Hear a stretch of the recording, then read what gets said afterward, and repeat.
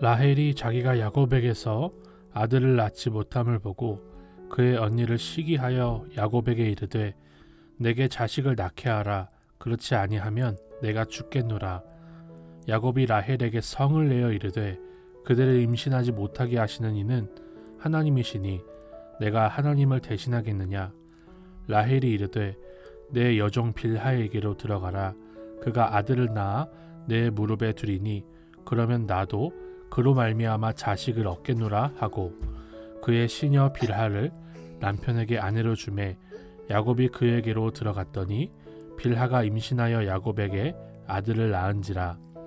라헬이 이르되 하나님이 내 억울함을 푸시려고 내 호소를 들으사 내게 아들을 주셨다 하고 이로 말미암아 그의 이름을 단이라 하였으며 라헬의 시녀 빌하가 다시 임신하여 둘째 아들을 야곱에게 낳음에 라헬이 이르되 내가 언니와 크게 경쟁하여 이겼다 하고 그의 이름을 납달리라 하였더라.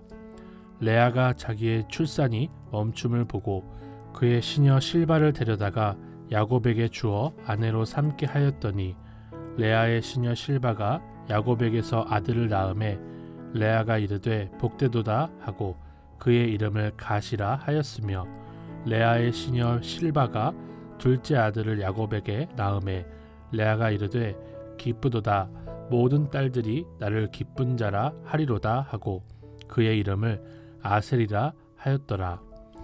밀 거둘 때 르우벤이 나가서 들에서 합 한 채를 얻어 그의 어머니 레아에게 드렸더니 라헬이 레아에게 이르되 언니의 아들의 합 한 채를 청구하노라.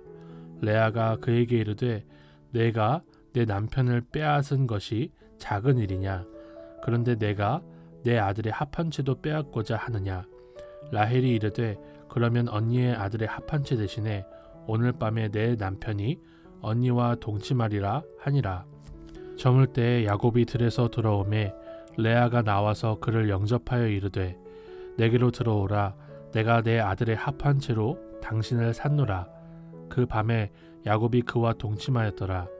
하나님이 레아의 소원을 들으셨으므로 그가 임신하여 다섯째 아들을 야곱에게 낳은지라. 레아가 이르되 내가 내 시녀를 내 남편에게 주었으므로 하나님이 내게 그 값을 주셨다 하고 그의 이름을 이사갈이라 하였으며 레아가 다시 임신하여 여섯째 아들을 야곱에게 낳은지라. 레아가 이르되 하나님이 내게 후한 선물을 주시도다. 내가 남편에게 여섯 아들을 낳았으니 이제는 그가 나와 함께 살리라 하고 그의 이름을 스불론이라 하였으며 그 후에 그가 딸을 낳고 그의 이름을 디나라 하였더라. 하나님이 라헬을 생각하신지라. 하나님이 그의 소원을 들으시고 그의 태를 여섰으므로 그가 임신하여 아들을 낳고 이르되 하나님이 내 부끄러움을 씻으셨다 하고 그 이름을 요셉이라 하니 여호와는 다시 다른 아들을 내게 더하시기를 원하노라 하였더라. 저는 본문의 말씀을 묵상하면서 정말 안타까운 모습을 확인할 수가 있었습니다. 두 자매가 서로 시기하면서 한 남편의 사랑을 받고자 이렇게 노력하는 장면을 볼 수가 있었습니다. 안타깝지요. 마음이 좋지 않습니다. 물론 야곱이 이 두 자매와 결혼한 이유는 라반 때문이긴 했습니다. 그런데 처음에 레아와 동침했다는 것을 깨닫고 나서 야곱은 거기서 멈출 수 없었을까요? 왜 라헬과 레아 두 사람을 아내로 취했을까요? 저는 이 말씀을 묵상하다가 문득 에서가 야곱이 떠나기 전에 두 아내를 취했던 것을 생각할 수 있었습니다. 자기 형이 아내를 두 명이나 취하는 것을 보고 야곱도 두 명이나 취해도 문제가 없구나라고 생각했던 것 같아요. 저는 그래서 이 가정 내에서 거룩을 연습하는 모습, 주님 앞에 회개하며 주님 보시기 아름답게 살려고 몸부림치는 모습을 보여주는 그런 가장이 돼야겠다라는 적용을 해볼 수가 있었어요.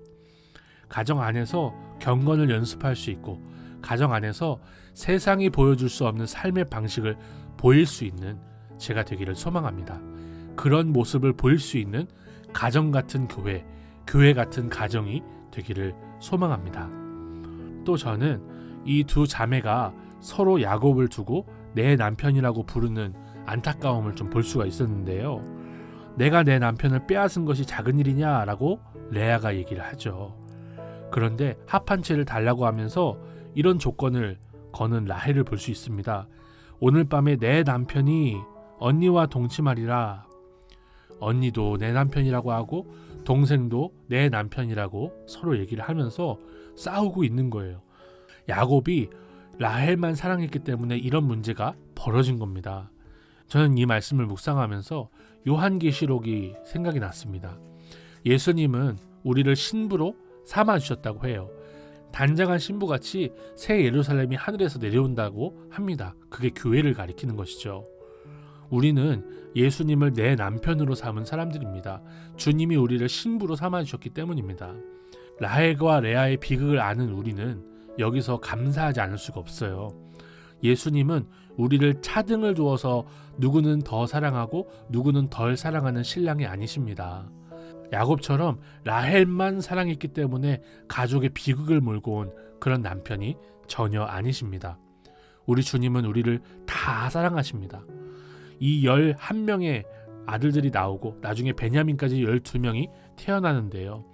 야곱이 요셉만 사랑했기 때문에 10형제들이 요셉을 노예로 팔아버리는 그런 비극이 또 벌어지지 않습니까? 그런데 우리 아버지께서는 우리를 한 명도 빠짐없이 동일하게 뜨겁게 사랑하신다고 성경이 기록하고 있습니다.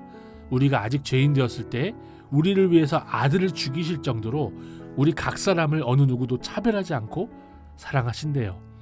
편애 때문에 문제가 있는 야곱 가정을 보면서 우리 하나님 앞에 더 감사하며 나아갈 수 있었습니다. 하나님 아버지, 우리의 가정들이 거룩한 삶을 공유하게 하옵소서. 세상 한가운데에서 주님의 기쁨이 되기를 연습하는 우리의 가정 같은 교회, 교회 같은 가정이 되게 하옵소서. 야곱은 라헬만 사랑했지만 우리 주님은 우리를 차등 없이 뜨겁게 사랑하신 것을 믿습니다. 주님을 뜨겁게 사랑하는 주님의 신부들이 다 되게 하옵소서. 우리 각 사람을 너무나 사랑하시는 예수님의 이름으로 기도드립니다. 아멘.